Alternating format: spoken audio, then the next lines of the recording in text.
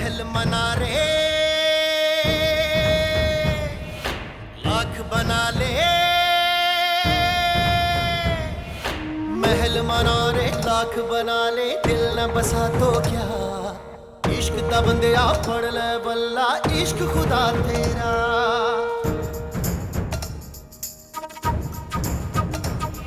पैमाने वफा दस्तारे अना, पैमाने वफा दस्तारे अना, सब कुछ है यही रह जाना।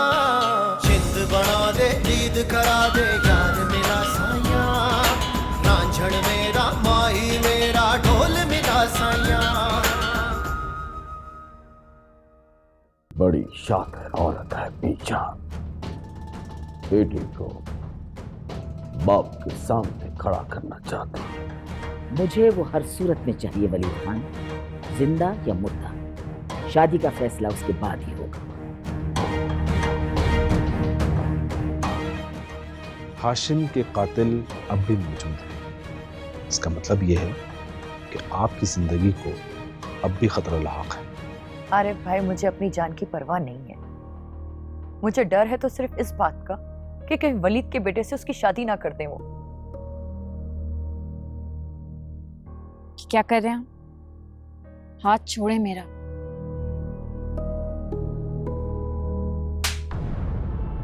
इस खत के बारे में किसी को पता नहीं चलना चाहिए, खास तौर पर वलीद खान और आबिद खान के कान में तो बिनक नहीं पड़नी चाहिए, समझे? ठीक है मालिकन। रहीम गुल, सुल्तान का पता करो और उससे कहो कि मुझसे आकर मिले। जी मालिकन।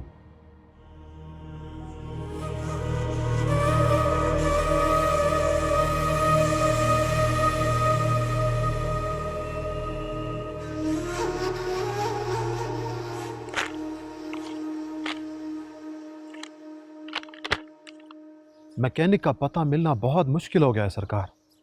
अब तो उसकी वर्कशॉप भी उधर नहीं है। तलाश करो उसे।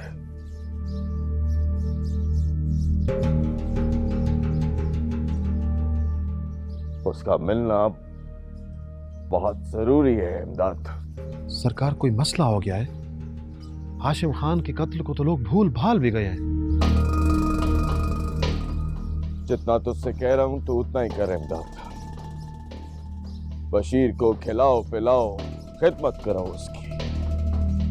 इसी दिन के लिए पाला था मैंने बशीर को, समझा? सलाम बेगम साहब। वालेकुम अस्सलाम। जाओ, अब बात सुन। मुझे दूध 3 दिन के अंदर अंदर चाहिए, हर कीमत पर।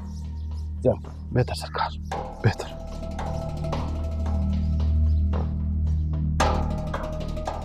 आपने फिर से जज्बाती हरकतें शुरू कर दी। तुम नहीं समझोगी फरजाना, इस बीजान की प्लानिंग अब मेरे समझ में आई है। तो शादी का चारा डालकर दरअसल मेरे दबाव से बाहर निकलना चाहती है। बीजान अब शादी से इनकार नहीं कर सकती क्योंकि पूरा खानदान ये बात जानता है कि उसने शादी के लिए खुद हामी भरी। अब वो अपनी जबान से फिर नहीं सकती। किस औरत की जुबान के बारे में बात कर रही हो तुम? वो औरत है जो अपनी अना की खातिर अपनी पोती अपनी बहू को मारने का प्लान बना सकती है। वो औरत कुछ भी कर सकती है। लेकिन उसकी बहू और पोती दोनों जिंदा है। जिस पोती को वो मरवाना चाहती थी आज उसी को पालने पर मजबूर हुई है। इसको बोलते हैं थूक कर चाटना। लेकिन नसीहत फिर भी नहीं पकड़ी। कहा था मैंने तुमसे कि आबिद खान के बहाने दरअसल वो मुझसे फैक्ट्री वापस लेना चाहती है, लेकिन तुमने उस वक्त उस औरत का साथ दिया। मैंने उसकी तरफदारी नहीं की है। मैं सिर्फ इतना नहीं चाहती थी कि आबिद खान और मानूर की शादी से पहले किसी भी किस्म का कोई झगड़ा हो। तो देख लिया ना तुमने। कहा था मैंने तुमसे, अगर उस औरत की एक बात मानोगे तो वो दूसरा मुतालबा करेगी।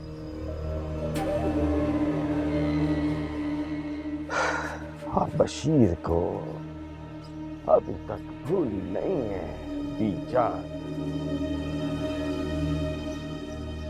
तो इसमें परेशानी क्या है? आप उसको बोल दो कि बशीर मर चुका है।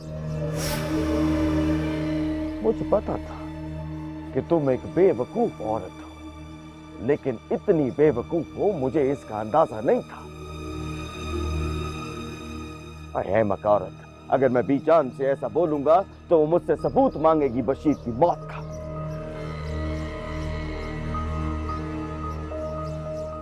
और बशीर ही की वजह से बीजान मेरे दबाव में है। तो फिर अब क्या सोचा है तुमने?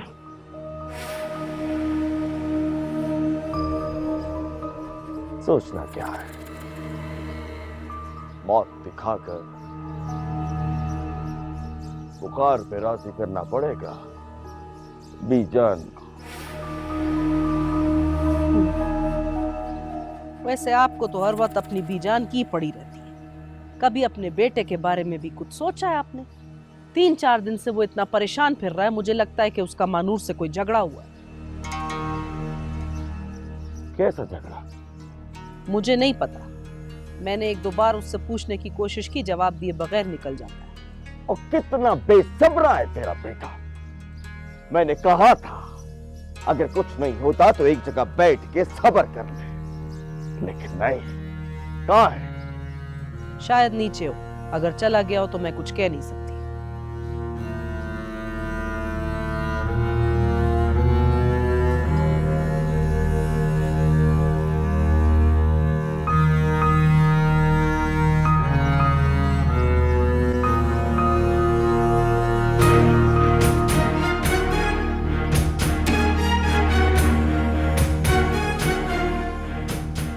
रेन गोल, तुम यहीं ठहरो।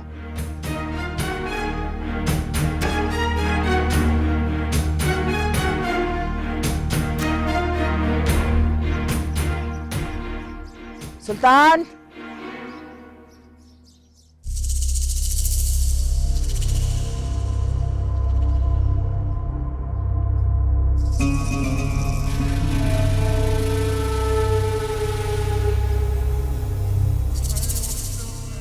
मालकिन, बहुत दिनों बाद याद किया आज आपने इस मिस खादिम को। लगता है आप हमें भूल गए। मुझे जब भी मसला दरपेश हुआ है मैंने हमेशा तुम्हें याद किया है। तुम मेरे भरोसे के आदमी हो। ये तो आपकी करम नवाजी है मालकिन। आप बताएं करना क्या है? बरसों बाद आज फिर मुझे तुम्हारी जरूरत पड़ी है, बरसों पुराने हिसाब चुकाने। मालकिन, आप एक दफा हुक्म करें, बंदे का सर काट के आपके कदमों में रख दूंगा। वो एक औरत है। औरत है? मालकिन, कौन है वो औरत? कौन है, कहां से रहे, कहां रहती है, ये तुम्हारा मसला नहीं। उसका कुछ अता पता तो होगा ना? मैं नहीं जानती कि वो औरत कहां रहती है, लेकिन इस लिफाफे में उसका पता मौजूद है। मालकिन, आप ये बताएं इस औरत का करना क्या है? इसको मेरी नजरों से दूर करना है, लेकिन मेरा नाम कहीं नहीं है। मालकिन, आपको इतना भरोसा तो होगा नाम पर। ये जुबान कट जाएगी लेकिन आपका नाम कहीं नहीं आएगा। उस रिफत नामी औरत का पता इस वकील से मिल जाएगा, लेकिन कार्रवाई से पहले मुझे सारी तफसील बताना जरूरी है।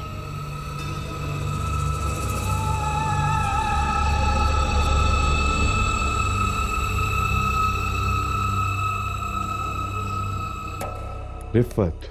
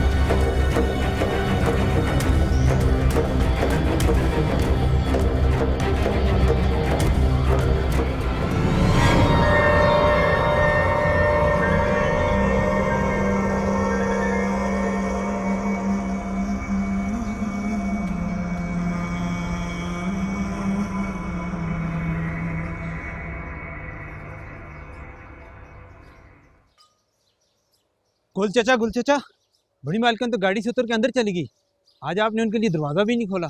खैर तो है ना? ओह, ये तो गजब हो गया, मुझे पता ही नहीं चला कब हवेली आ गई।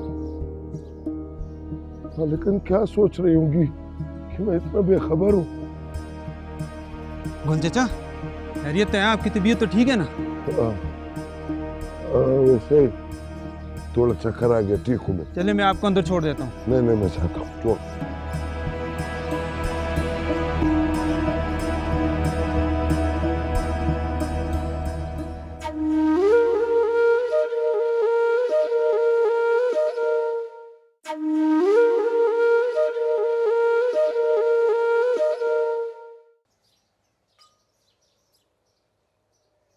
मुझे यकीन था गुल बाबा कि आप जरूर आएंगे। बैठिए। नहीं साहब, बैठने का टाइम नहीं है, मैं मालिकन से बहाना करके आया हूँ। बैठे, बैठिए ना, बैठे बैठे।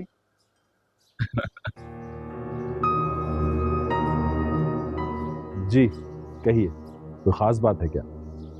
साहब आप जानते तो हैं मैं क्यों आया हूँ यहाँ। लगता है आपकी मालकन को नोटिस मिल गया। मालिकन को एक खत मिला तो है बेगम साहबा के वकील का, लेकिन साहब ऐसा नहीं होना चाहिए था, बहुत बड़ा फितना खड़ा हो जाएगा। आप मालिकन को जानते तो है ना। नहीं बाबा, रफत भाभी को अपनी बेटी वापस चाहिए, ये नोटिस उन्होंने ही भेजा। ना साहब, वो जमीनों पर मुझसे मिलने भी आई थी, अपनी जान को खतरे में डालकर। उनको ऐसा नहीं करना चाहिए था।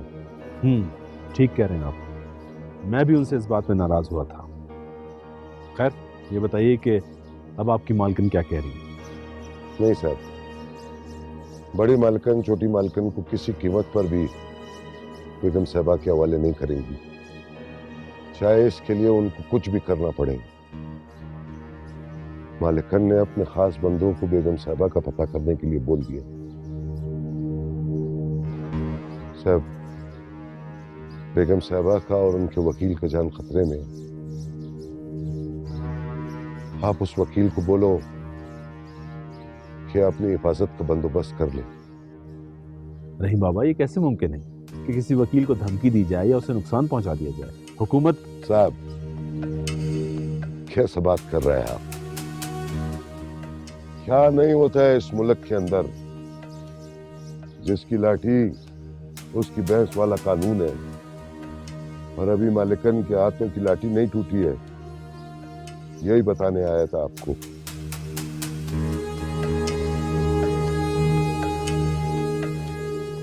वहां साहब आप अपना बंदोबस्त भी कर लो। ठीक कह रहे नहीं माँ बाप, और मैं आपका बहुत एहसानमंद हूं। अगर आप हमारा साथ ना देते तो हम यहां तक नहीं पहुंच पाते। नहीं साहब, मैंने कोई एहसान नहीं किया है। मैं तो अपने छोटे खान जी की मोहब्बत का हक अदा कर रहा हूं। सलाम से। अल्लाह हाफिज।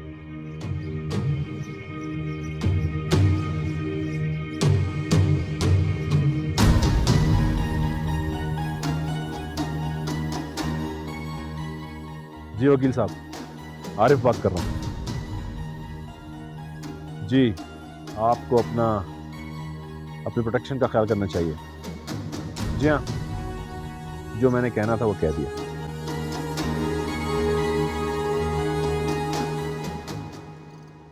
सब कुछ खत्म हो गया ना? सब कुछ खत्म हो गया ना? न बोल सकते हो न चल सकते हो, एक मक्खी नहीं उड़ा सकते, एक मक्खी नहीं उड़ा सकते हो तुम। लेकिन तुम्हारी जो आंखें हैं ना, जो चीख रही हैं, मेरा मजाक उड़ाती है ना, ये आंखें तुम्हारी नफरत भरी हुई है मेरे लिए इन आंखों में। मैं चाहूं ना तो नोच फेंकूं तुम्हारी इन आंखों को, लेकिन नहीं, मैं नहीं फेंकूंगी, नहीं फेंकूंगी मैं इन आंखों को, नहीं नोचूंगी। कैसे मैं तुम्हें नजारा करने दूंगी अपनी कामयाबी का? बहुत खुश हो रहे, बहुत खुश हो रहे हो ना उस बदसात राफा औरत के आने से? हाशिम खान की बीवी के आने से बहुत खुश हो रहे हैं, वो भी बहुत खुश है।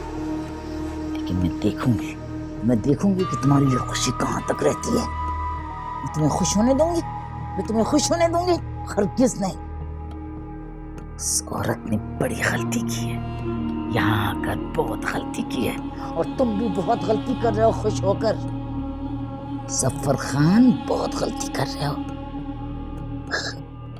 पिछली दफा तो मैंने उसे माफ कर दिया था रहम खाकर, लेकिन इस दफा मैं माफ नहीं करूंगी।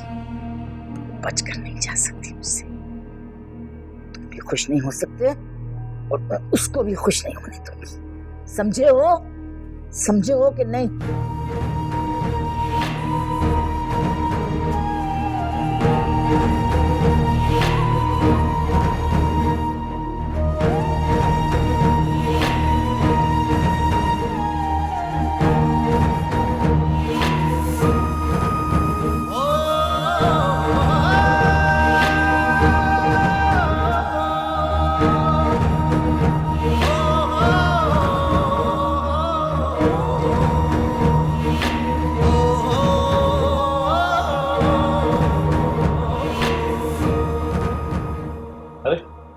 आओ बैठो। सर अभी सब बेटे घर पे हैं, फैक्ट्री में एमडी हैं, मैनेजिंग डायरेक्टर। बिल्कुल सही कहा तुमने। सॉरी एमडी साहब। थैंक यू चेयरमैन साहब। तुम्हारा विजिट कैसा रहा? अच्छा तो बाबा, लेकिन वो 3 मशीनें क्यों बंद पड़ी? मशीनें खराब है, हमारे पास उनको ठीक कराने के फंड्स नहीं। अब तुम आ गए हो, आई होप सो कि बीजान कुछ फंड्स रिलीज करेंगे। सर बेगम साहिबा ने पहला चेक भेज दिया है। अच्छा, तुमने मुझे बताया क्यों नहीं? सर अभी थोड़ी देर पहले ड्राइवर लेकर आया है। 5 करोड़ का चेक है। 5 करोड़? इससे क्या होगा? सर हो सकता है सलामी भेजिए। खैर, तुमने एमडी साहब का कमरा रेडी करा दिया? जी सर, मैंने 2 दिन पहले इनका कमरा रेडी करा दिया और इनकी पर्सनल सेक्रेटरी के लिए ऐड भी दे दिया। Private secretary? जी सर, पर्सनल सेक्रेटरी बहुत जरूरी होती है। बहुत जरूरी है, लेकिन फाइनल मैं ही करूंगा। सर आपके बगैर फाइनल नहीं होगा। ठीक है।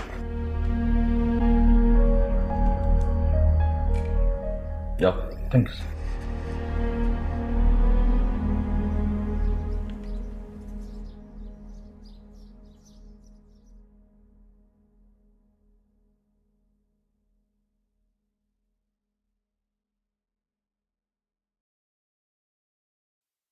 इतनी देर से हमें यहाँ बिठा के कहाँ चला गया है ये? शायद कोई इमरजेंसी कॉल थी इसलिए चले गए। हम कल आ जाते हैं। नहीं, मैं ये रिस्क नहीं ले सकता। हमें आज ही मिलना है, इंतजार कर लेते हैं। माफी चाहता हूँ जी, आने में थोड़ी देर लग गई। थोड़ी सी देर नहीं हुई, पूरा 1.5 घंटा हो गया। आप हमें यहाँ बिठा के चले गए।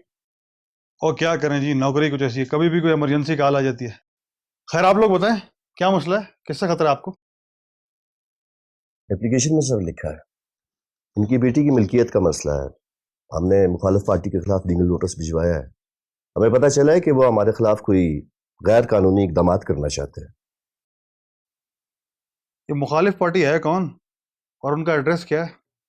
नाम लिखा है एप्लीकेशन में और पता भी है, शायद आपकी नजर नहीं पड़ी लास्ट में। ये तो हवेली का एड्रेस है। आप बड़ी मालिकन के खिलाफ दरखास्त दे रहे हैं, होश में तो है आप? पागल तो नहीं हो गए? क्यों? इसमें पागलों वाली क्या बात है? क्या ज़ेबुन निसा जुर्म नहीं कर सकती हैं? आप हैं कौन मैडम? अच्छा तो रिफत आशे में आप, क्या दुश्मनी आपको बड़ी मालकन से? ये बहू है उनकी। क्या बात कर रहे हैं सर, बड़ी मालकिन की बहू इस तरह थाने में? अपने तहफ़्फ़ुज़ के लिए, जो आपका फर्ज है। आज से 18 साल पहले ज़ेबनिसा बेगम ने इनकी बेटी को उनसे छीन लिया था। ये अब वापस लेना चाहती हैं उसे, इसलिए आपके पास आए। अच्छा, तो आप हवेली में नहीं रहती, झगड़ा चल रहा है आपस में? जी कुछ ऐसा ही है। लेकिन मैं ये दरखास्त ले नहीं सकता। क्यों, क्या मसला है? ये मेरे लेवल का काम नहीं वकील साहब। मालकन के खिलाफ दरखास्त कम से कम एसपी लेवल को जाएगी।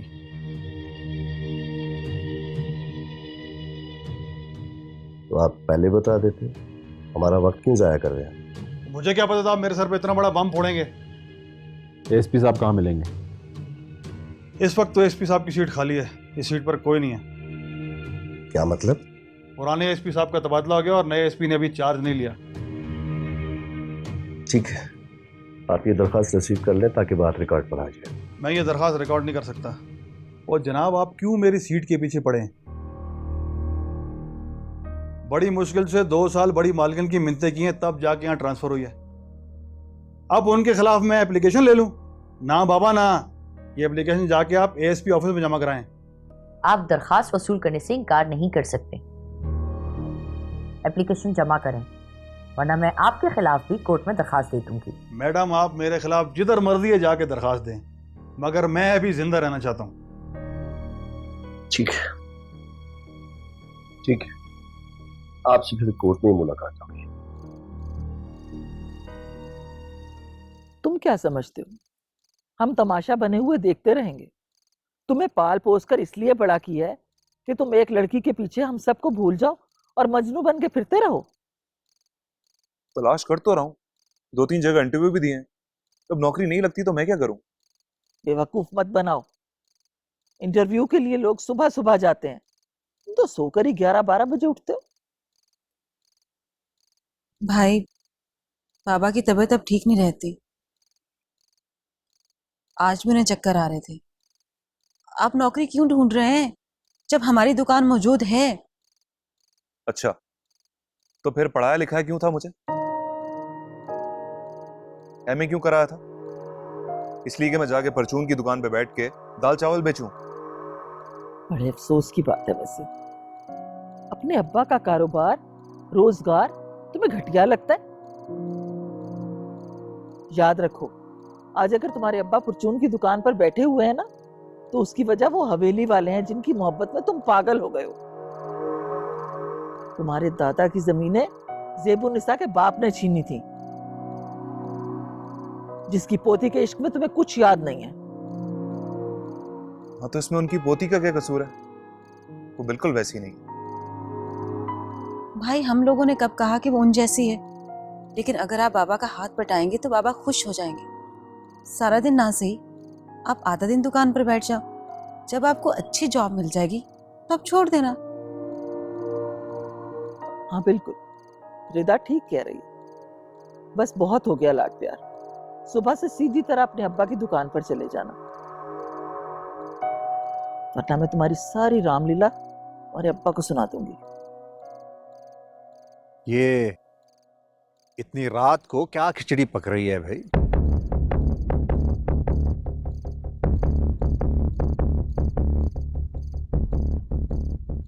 कोई खास बात नहीं थी, बस मैं समझा रही थी कि अपने अब्बा का कारोबार संभालो।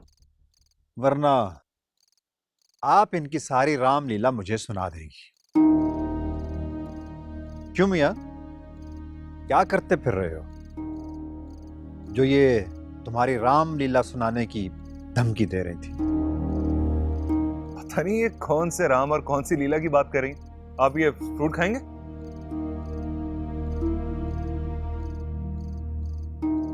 तुम छोड़ो ना इन बातों को, तुम्हारी दवा का टाइम हो गया, दवा खा लो। चले मैं देती। अरे अम्मा, आप बैठे, मैं दे देती हूँ बाबा को। माँ, आगे पीछे देख तो लिया करे, अभी मरवा दिया था आपने। तुम ना कुछ करना।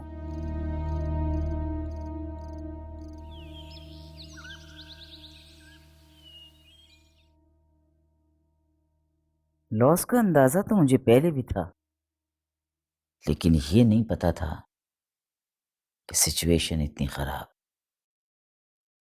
3 मशीनें भी बंद पड़ी हैं। मेरे ख्याल से उनको सही करवाने में बहुत खर्चा लगेगा, बेच के नहीं ले ली जाए। तुम्हें पता है ये मशीनें कब खरीदी गई थी? सिर्फ 2 साल पहले।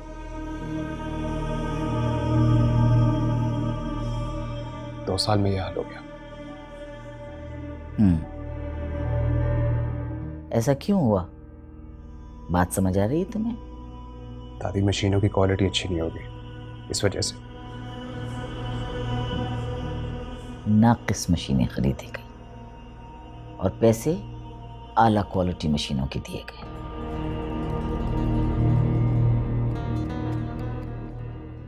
देखो आबिद खान, अगर ये फ्रॉड और बेईमानी का काम खत्म नहीं हुआ ना तो फैक्ट्री बंद हो जाएगी। मैं बाबा से बात करता हूँ। उनसे बात करने की जरूरत नहीं है, यह सारा कुछ उनकी छतरी के नीचे हुआ है।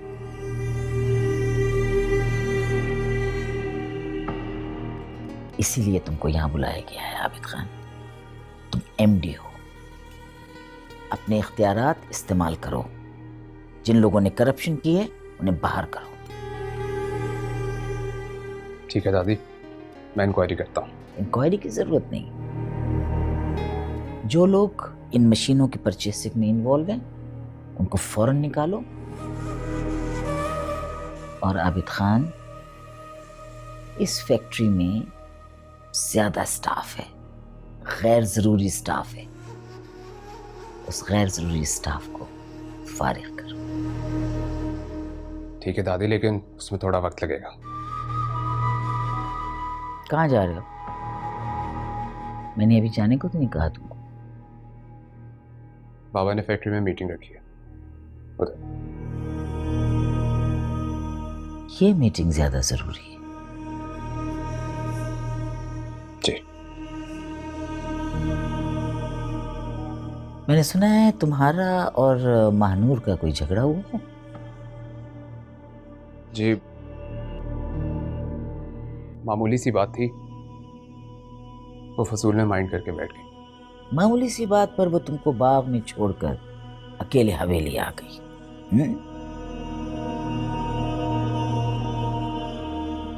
देखो आबिद खान, तुम जिस माहौल में रहे हो, महानूर को उस माहौल की हवा भी नहीं लगी। इसके बावजूद मैंने उसे तुम्हारे साथ जाने दिया। वो तुम्हारी बीवी होने के साथ साथ तुम्हें नहीं भूलना चाहिए कि वो इस रियासत की मालिक और वाहिद वारिस है। समझे? जी दादी,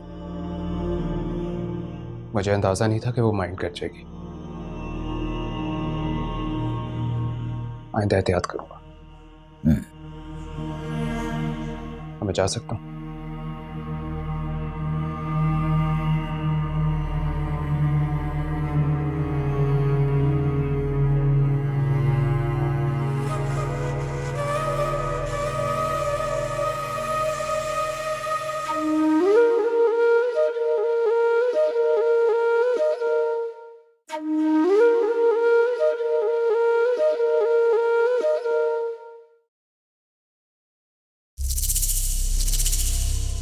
जी, वो केस स्टडी कर लिया मैं। हाँ।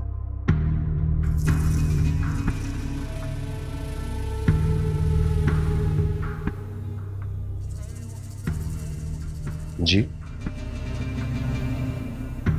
सुल्तान, सुल्तान कहते हैं मुझे। जी फरमाइए, मैं आपकी क्या खिदमत कर सकता हूँ? तुम्हारा एक खत मिला है, उसी के चक्कर में मैं यहां आया हूं। मैं तो रोज कई खत लिखता हूँ, आप किस खत की बात कर रहे हैं? वो क्या नाम है उस औरत का? रिफत। रिफत हाशिम? हाँ, रिफत हाशिम। आपको ज़ेबुन निसाब बेगम ने भेजा है? वो इससे तुम्हारा कोई लेना देना नहीं है। मुझे तो बस रिफत बीबी का पता चाहिए। पता? मगर क्यों? और बात करनी है उससे कि ये फड्डा खत्म कर दे। देखिए, मैं उनका वकील हूं, आप मुझसे बात कर सकते हैं। देखो वकील साहब, अपने काम से काम रखो। तुम्हारा इससे कोई लेना देना नहीं है। ये मालकिन और रिफत बीबी का मामला है। देखिए, मैंने आपको बताया ना कि मैं उनका लायर हूं। मुझे उन्होंने बातचीत का इख्तियार दिया है। अगर आप कहेंगे तो मैं हवेली जाकर ज़ेबुन्निसा बेगम से भी बातचीत करने को तैयार हूं।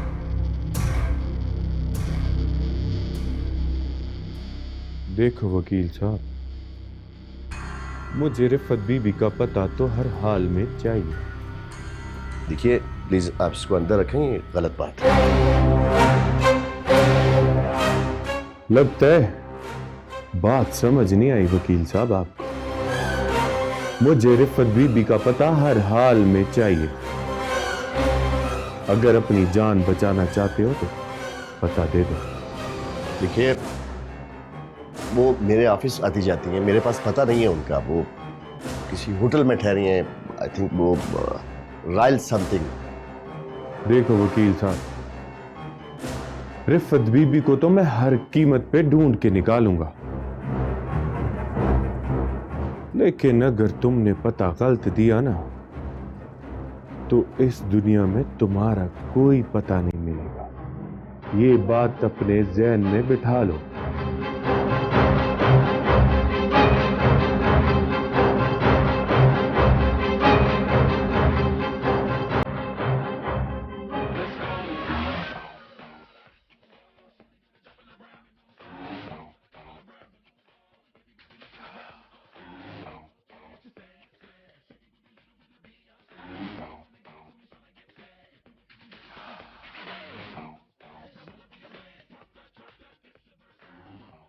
तुम्हारा बस चले तुम तो सारी रात डांस करते रहो। यूके में हर वीकेंड में पार्टी करता था। इंसान थोड़ा फ्रेश हो जाता है। तो क्या तुम भी? थोड़ा बहुत तो चल ही जाता है। पर ये कभी कभी बहुत भारी पड़ जाता है कभी कभी। क्या दादी अम्मी की तरह नसीहतें कर रही हो? जवानी है, जवानी को एंजॉय करना चाहिए। अच्छा बाबा, जो तुम्हारी मर्जी। वैसे तुमने क्या बात करनी थी मुझसे? वो सेक्रेटरी बनोगी मेरी? सेक्रेटरी? क्या मतलब? फैक्ट्री में एमडी साहब के लिए सेक्रेटरी ढूंढी जा रही है। तुम चाहो तो ज्वाइन कर सकती हो। इस तरह छुपके नहीं मिलना पड़ेगा। फैक्ट्री में रोज मिला करेंगे।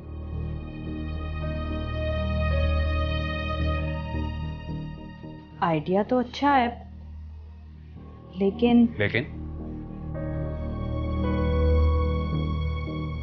बीजान से पूछना पड़ेगा। हर बात बीजान से पूछना लाजमी होती है क्या? जाहिर है आबिद, एक तो तुम्हारी फैक्ट्री में तुम्हारी सेक्रेटरी की जॉब, तो बीजान से तो पूछना पड़ेगा ना। पूछोगी तो वो मना कर देंगी।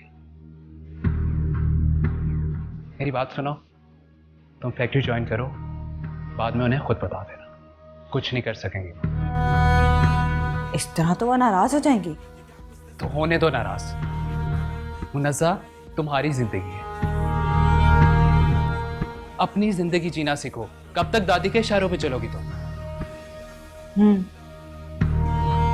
अब मानो अगर उसने माइंड कर लिया तो? बता दो मानो को।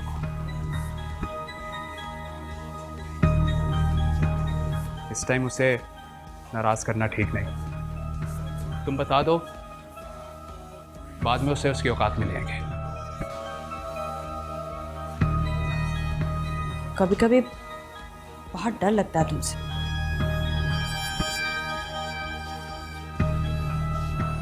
डरो मत, डरना माना है। आओ, आ जाना।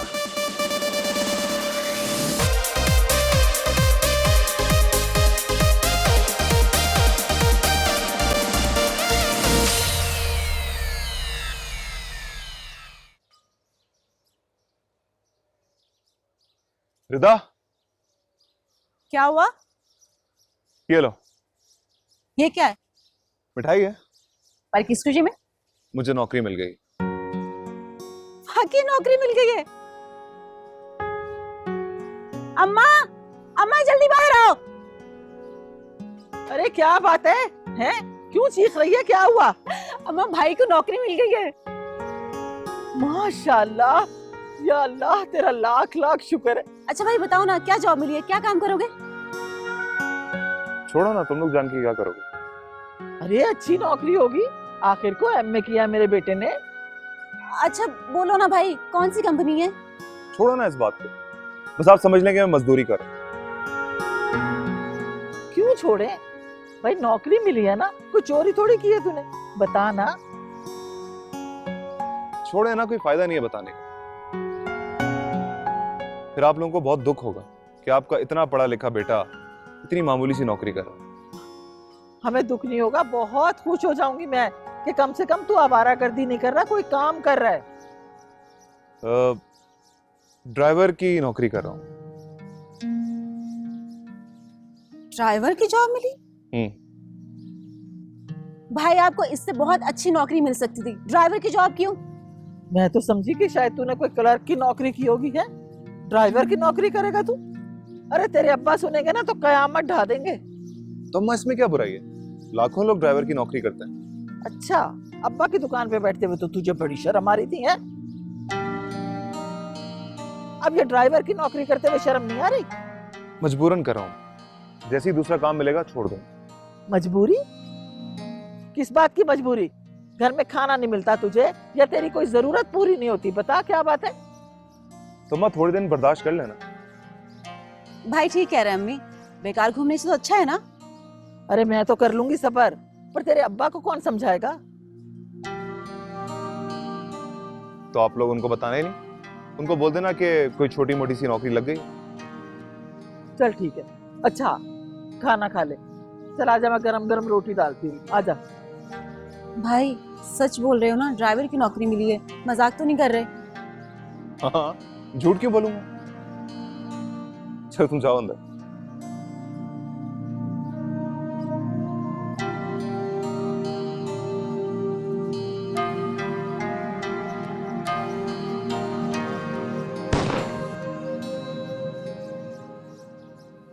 Wow, excellent, thank you. अस्सलाम वालेकुम दादू, कैसे हैं आप?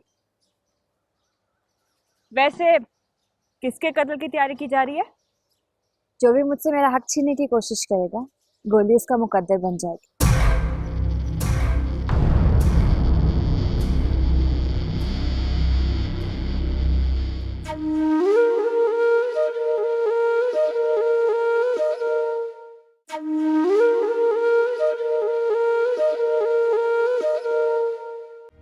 ज्यादा तेज दौड़ने की जरूरत नहीं। मैं अच्छी तरह जानता हूँ ये सब कुछ बीजान की हदायत में हो रहा। मैं आपके बगैर खुद को अधूरा महसूस करती हूँ। आपसे मिलना, आपसे बातें करना बहुत अच्छा लगता है। मालकन,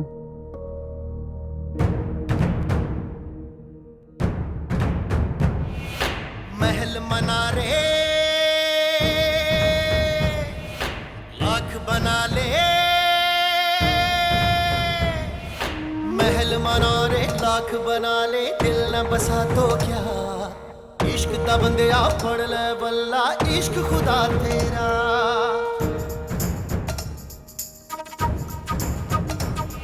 पैमाने वफा दस्तारे अना, पैमाने वफा दस्तारे अना, सब कुछ है यही रह जाना।